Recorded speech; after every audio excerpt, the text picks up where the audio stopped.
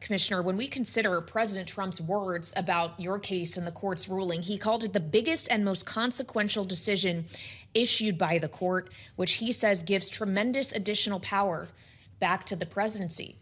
Is that the right characterization?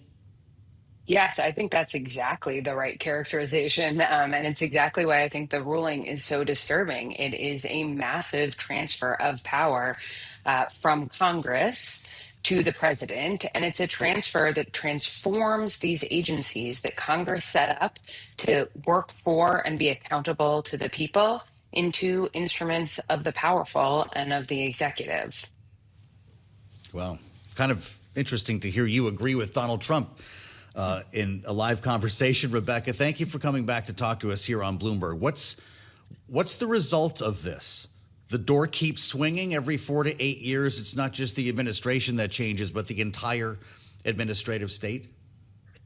Yeah, I think that's exactly right. And I think it's important to go back to the history and understand that this is not a partisan issue, and it certainly shouldn't be a partisan issue. The case that was overturned yesterday, Humphrey's executor, was the case of a conservative, pro-business Republican who FDR tried to fire from the FTC because Commissioner Humphrey was running around calling the New Deal socialist, and FDR didn't like that. And so the precedent, the 91-year-old unanimous precedent, actually originally protected a pro-business Republican's ability to provide transparency and accountability at the FTC. The other way I think about it, it's not about whether a president can set policy or pick people to work at agencies. I think about it a little bit like corporate boards. We have a requirement that publicly traded companies have independent boards of directors, not so that the CEO can't be in charge, but so that the decisions that the CEO makes are really in the best interests of the shareholders of the company and not just a way to do favors for his pals or enrich himself. These boards and commissions, like the FTC or the Federal Communications Commission, were set up by Congress with a similar structure to make sure that their decisions were in the best interest of the shareholders of the American government, the taxpayers, and not just to benefit the executive. Well, when we consider the setup of these independent commissioners, there is usually a partisan split, if you will. You can't have a clean tie on a lot of these boards, as you put them, Rebecca. So what would be lost if a president is able to effectively just get rid of anyone who was appointed by a predecessor of a different party? Is it not the case that usually you would still see things swing the way the administration wants it to swing, given the majority that would be there on the commission? Yeah, I think what is lost is a lot of the quality of the debate and the discussion and the work that the agency produces. I started at the FTC as a Trump appointee, as a minority commissioner in the first Trump administration. I was in the majority during the Biden administration, back to the minority. So I've seen all sides of it. And what I learned from experience is that there is enormous benefit to the agency and to the public from having a leadership structure that requires you to engage with people from different political perspectives, understand their point of view, try to find consensus. There's an incentive to find consensus where you can so that decisions will have durability and stability throughout administrations, and then to air for the public respectful disagreements when you can't reach that consensus.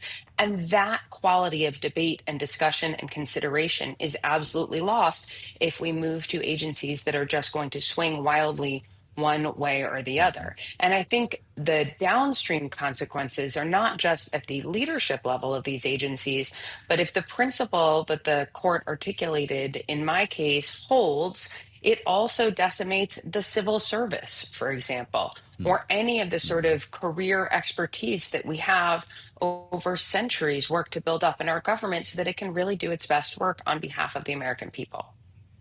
Of course, your case, Rebecca, was delivered in its decision alongside a separate and more narrow ruling on Lisa Cook's case on the Federal Reserve. I don't want to turn you into a legal analyst. We're not going to run through all the decisions here, but knowing that this is about her potential hiring or firing, I'm wondering what you thought of this very narrow ruling that, to the extent that I read it here, still allows for her potential firing if the administration can prove allegations of mortgage fraud. Did they move the needle on this case or not?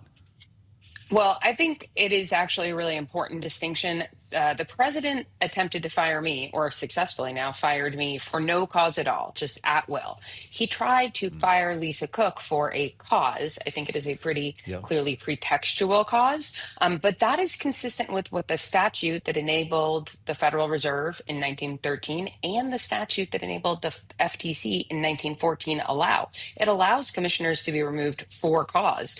And so what the Supreme Court has done has said, yes, that rule is valid and applies to the Fed, but it doesn't apply to the FTC or the other independent agencies for reasons that are very difficult for me to pin down in any kind of intellectually coherent manner. I think it's important to recognize that there were only two justices who took the position that I could be fired and Lisa Cook could not be. It is the Chief Justice and Justice Kavanaugh. The other conservative justice said all of us could be fired, and the liberal justices said none. But the two who switched positions, I find those decisions very difficult to reconcile from any sort of intelligible constitutional law principle. I think they're pretty more easily understood as sort of outcome oriented. We want to protect the Fed because we're worried about its effect on the economy. But for the agencies that are supposed to be watchdogs for the American consumer and honest businesses, we're not so worried about it. We're almost out of time, Rebecca, less than a minute left. We obviously know what this Republican president has wanted to be able to do in terms of exercising power to get rid of people that he doesn't want in these positions. What would your advice be if a Democrat is in the White House next? Should they take advantage of it? Well, listen, I think the first thing that needs to happen is that Congress needs to reassert its authority and its constitutional responsibility to check an out of control executive. And that means oversight. That means using the power of the purse. That means using its own role in the nominations process. And I think that means electing members of Congress from both parties who are willing to do that. And that is the first step to getting the system back on track.